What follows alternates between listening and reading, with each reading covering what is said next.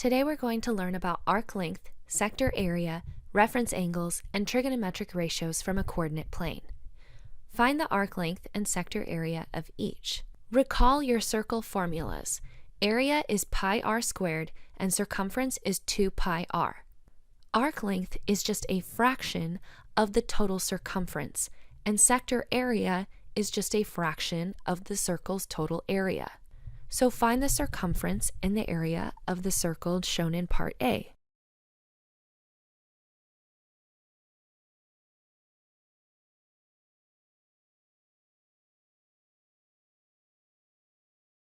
The circumference and the area are both 4 pi. Now, what fraction of the total circle is represented by this section? Take the central angle theta and divide it by the angle of a full circle, in this case radians, 2 pi. So 3 pi fourths divided by 2 pi. That simplifies to be 3 over 8. So this section represents 3/8 of the total circle. Its arc length will be 3/8 of the circumference, or 3 over 8 times the circumference. The sector area will be 3 over 8 times the area. So 3 pi over 2. For part B, you're given degrees. Find the circumference and the area of this circle.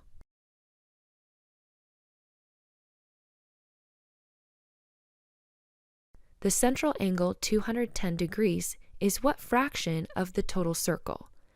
The total circle angle in degrees is 360, so 210 divided by 360 is 7 over 12.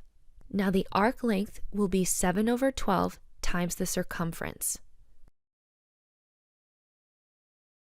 So 7 over 12 times 32 pi. Your arc length is 56 pi over 3. The sector area is 7 over 12 times the total area. So 7 over 12 times 256 pi. This simplifies to be 448 pi. Arc length is written in units, sector area is written in units squared.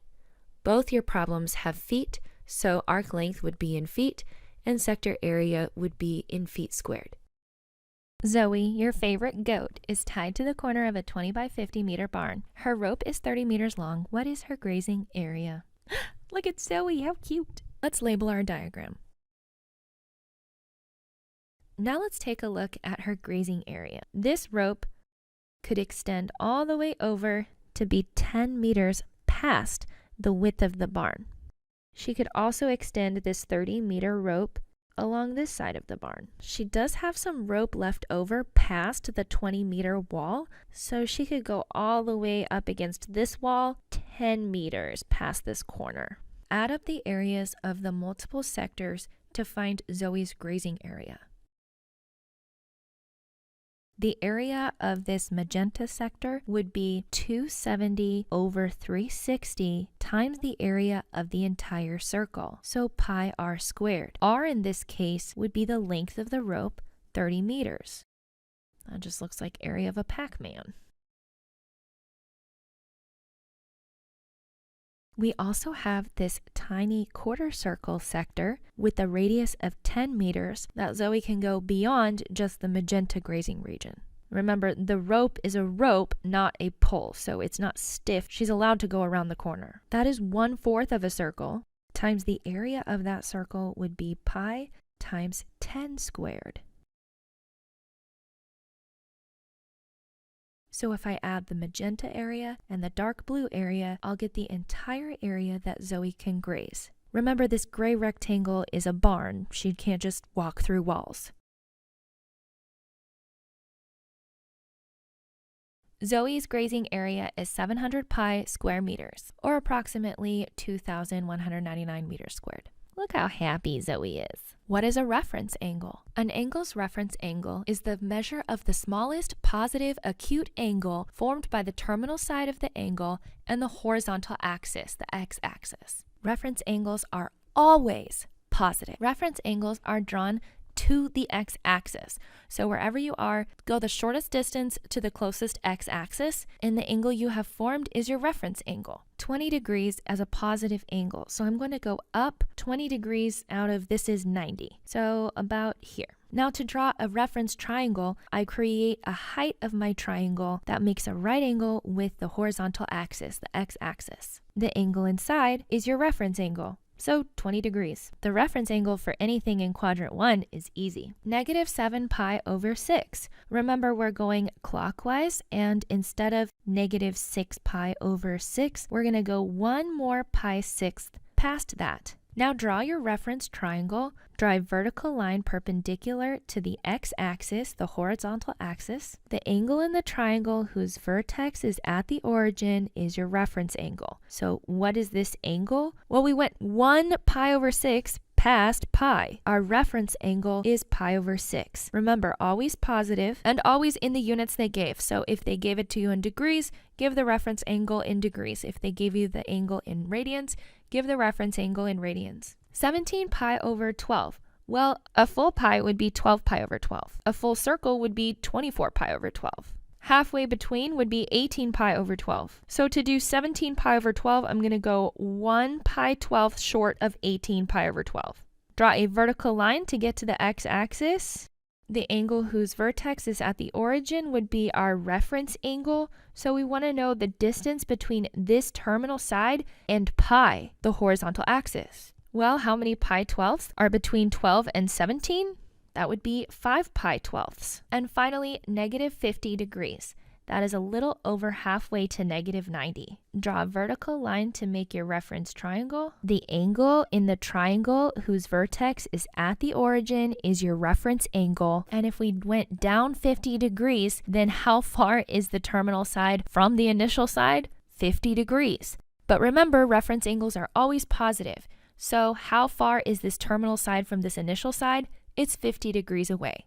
For number 4, write the equation of the circle shown by using the Pythagorean theorem. Trigonometry is all about triangles and circles. Let's take a look at the triangle that's inside of this circle. Its base is x, its height is y, and its hypotenuse is r. So how do x and y relate to r? Well, this is a right triangle, so I could use the Pythagorean theorem and say x squared plus y squared equals r squared. Because we don't know r, this is as specific of an equation we can get. But what if we do know r?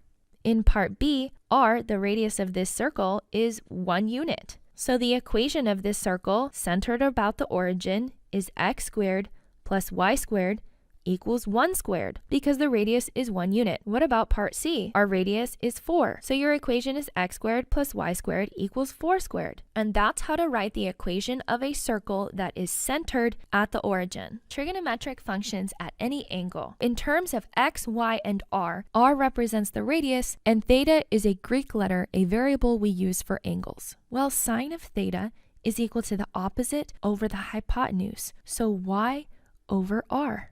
Because cosecant is its reciprocal, cosecant of theta is r over y. Notice how cosine of this angle theta would equal the adjacent side over the hypotenuse, so x over r. And secant would be its reciprocal. Tangent is equal to opposite over adjacent, so y over x. Flip that for cotangent of theta.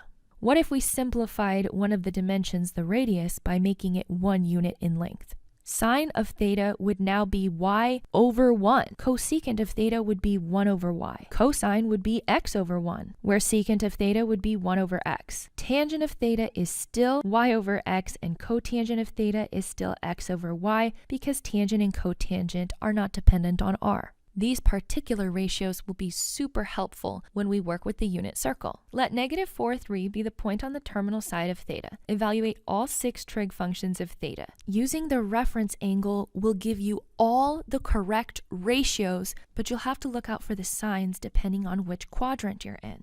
So all the ratios for this reference triangle are the ratios that match the given theta, even though that theta is not literally inside of your reference triangle. If this point is negative 4, 3, that means our x is negative 4, our y is 3, and our r can be found using the Pythagorean theorem.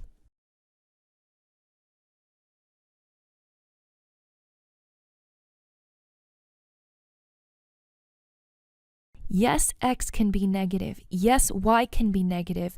But the radius of a circle can never be negative. Otherwise, you do not have a circle. So let's use the ratios that have x, y, and r because r is a number other than 1. Sine of theta would be y over r, and cosecant would be the reciprocal. Cosine of theta would equal x over r.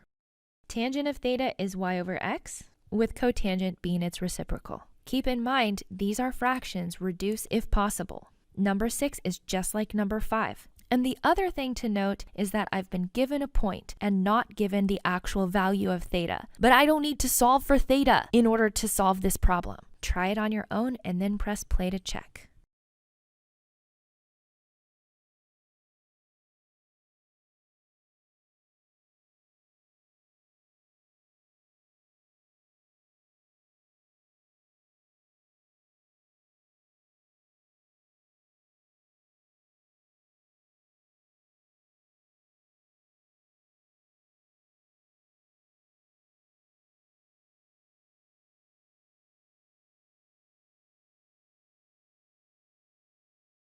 That makes sine of theta negative root 3 over 2. Remember, if you have a root in the denominator of one of these ratios, you would need to rationalize the denominator.